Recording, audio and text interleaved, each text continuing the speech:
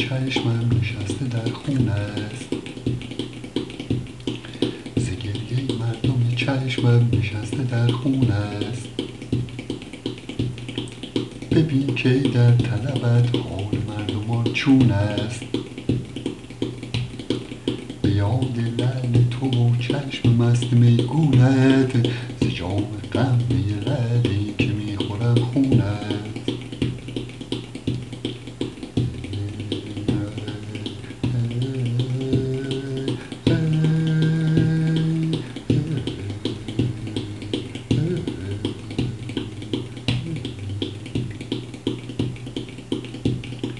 ز مشرق سر کوه آفتاب طلعت تو، اگر طلوع کند طالعم همایون است.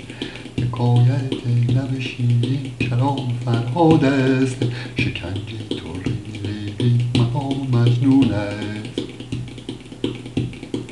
دلم بیجو که قدت همچو سر دلجوی است، سخن بگو که کلامت لطیف و موزون است.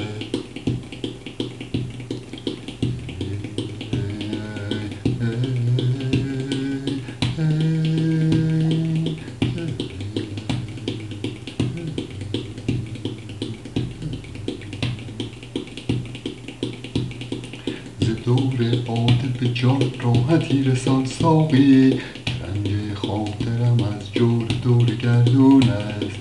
از آن دمی که ز چشمم برفت رود عزیز، کنار دامن من همچو رود جیحون است.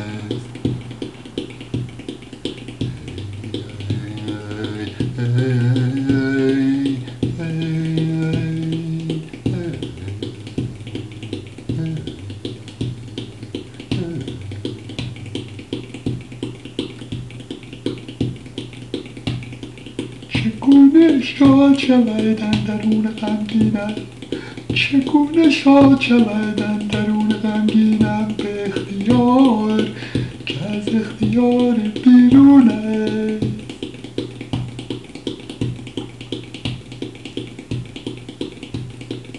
ز بی خودی طلب یار می کند حافظ، ز بی خودی طلب یار می کند حافظ، چو مفلسی که طلبکار گنج قارون است، چو مفلسی که طلبکار گنج قارون است. ز گریه مردم چشمم نشسته در خونه است، ز گریه مردم چشمم نشسته در خونه است.